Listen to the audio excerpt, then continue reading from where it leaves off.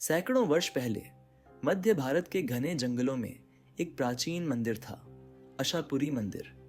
यह मंदिर अपने आप में एक रहस्य था, क्योंकि इसकी दीवारों पर अजीब आकृतियां खुदी हुई थीं, जिनमें इंसानों और अज्ञात प्राणियों के बीच युद्ध दर्शाया गया था।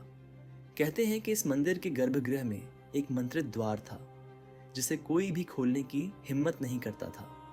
गांव के बुजुर्गों की मान्यता थी कि जो भी उस द्वार को खोलेगा वह या तो अमृत का वरदान पाएगा या फिर शापित होकर काल के गाल में समा जाएगा। गांव में वीरेंद्र नाम का एक युवक था, जिसे रहस्यमयी स्थानों की खोज करने में गहरी रुचि थी। जब उसने अशापुरी मंदिर और उसके द्वार के बारे में सुना तो उसकी जिज्ञासा जाग उठी। वह जानना चाहता था कि इस द्वार के पीछे क्या छिपा है। गांव के बुजुर्गों ने उसे कई बार रोका, लेकिन उसकी जिद के आगे कोई नहीं टिक सका। एक रात जब पूरा गांव सो रहा था, वीरेंद्र मशाल लेकर अकेले मंदिर की ओर निकल पड़ा। अशापुरी मंदिर की सीढ़ियां चढ़ते ही वीरेंद्र को अजीब सी फुसफुसाहटें सुनाई देने लगी। ऐसा लगा जैसे कोई धीमी आवाज में उसे पुकार रहा हो। उसने ध्यान नहीं दिया और आगे बढ़ता गया। मंदिर के अंदर घना अंधकार था। उसने मशाल जलाकर देखा। भित्ति चित्रों में उकेरे गए योद्धाओं की आंखें लाल हो चुकी थीं।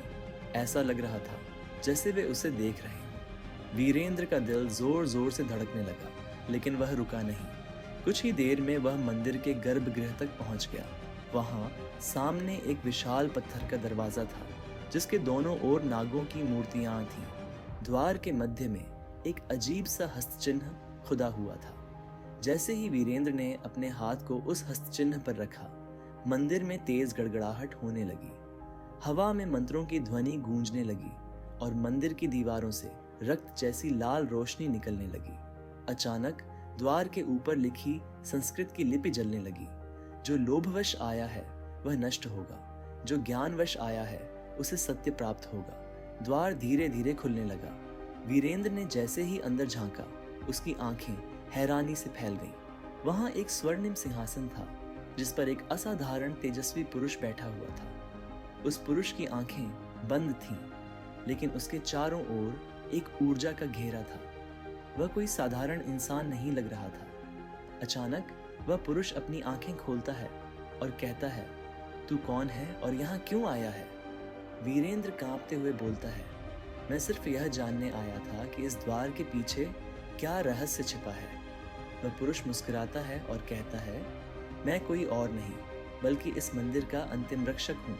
सैकड़ों वर्ष पहले जब देवताओं और असुरों के बीच युद्ध हुआ था, तब इस मंदिर में एक महान शक्ति को छिपाया गया था।